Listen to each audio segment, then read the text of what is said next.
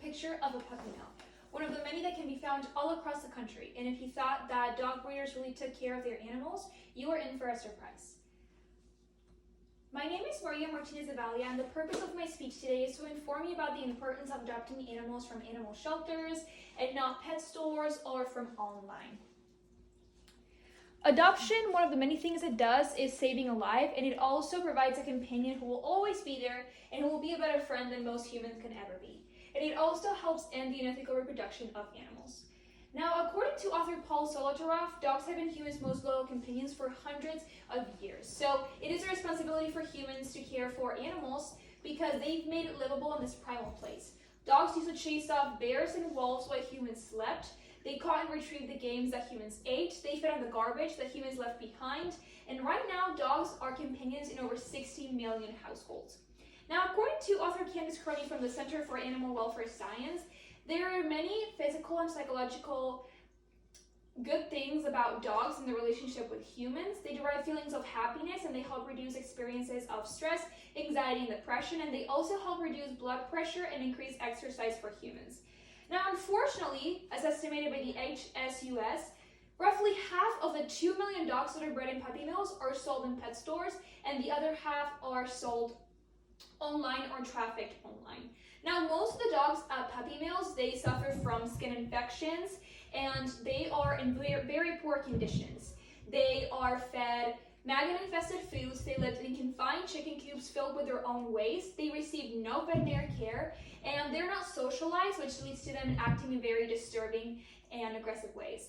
Now, according to Pamela Sachs, the mothers of these puppies are actually much more miserable as they live in very small and dark places.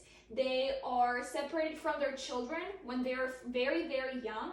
They are receiving no veterinary care. They live in very dark places, and there are actually a lot of parasites, diarrhea, and chronic ear infections among all these animals. And the mothers, they are bred during their first heat, during their first year of their life, and every 6 months until their reproductive capacity drops at the age of 4 or 5.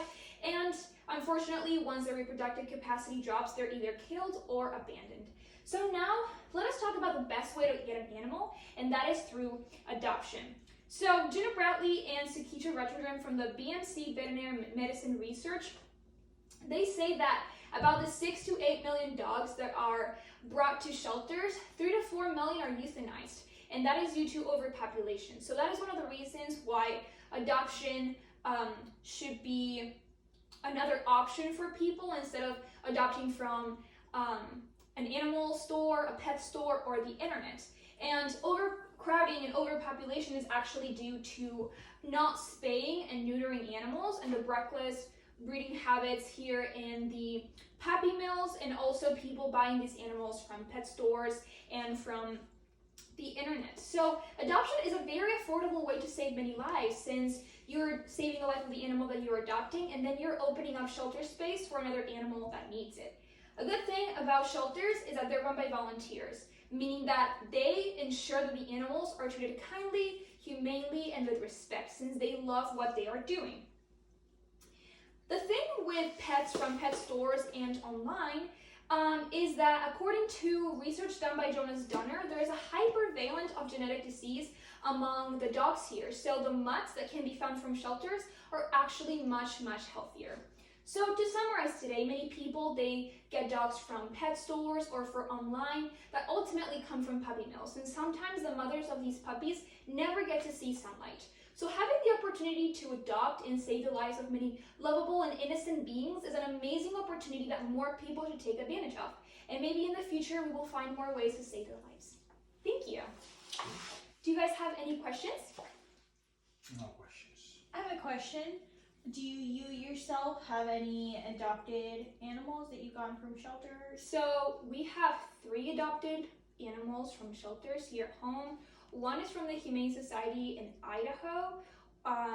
Well, 2 of them are from the Idaho Humane Society, and then one of them is from the Conroe Animal Shelter. And actually, when I got my cat, I had to foster it first because he needed to be heavy enough for them to be able to neuter him.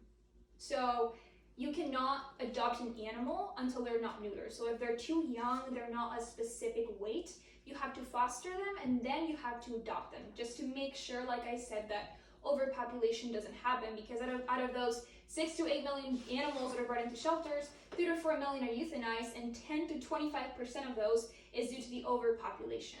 So it's very important to adopt.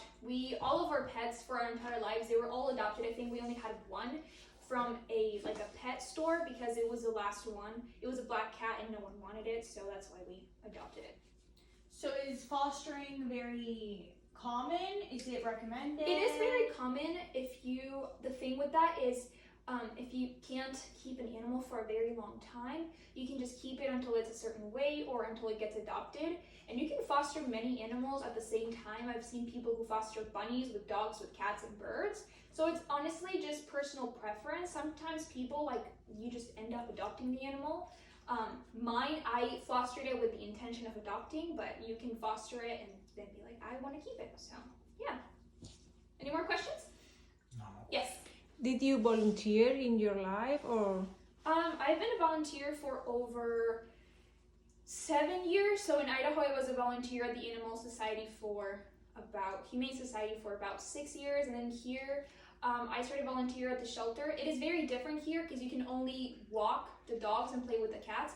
While in Idaho, you could do everything. So you can feed the animals, wash the bowls, wash blankets, fold clothes and blankets, clean litter boxes, make sure that they have water, clean the floors and everything, get the food ready, receive donations, look for lost pets. So you can do a little bit of everything, but here, unfortunately, there's not a lot you can do as a volunteer.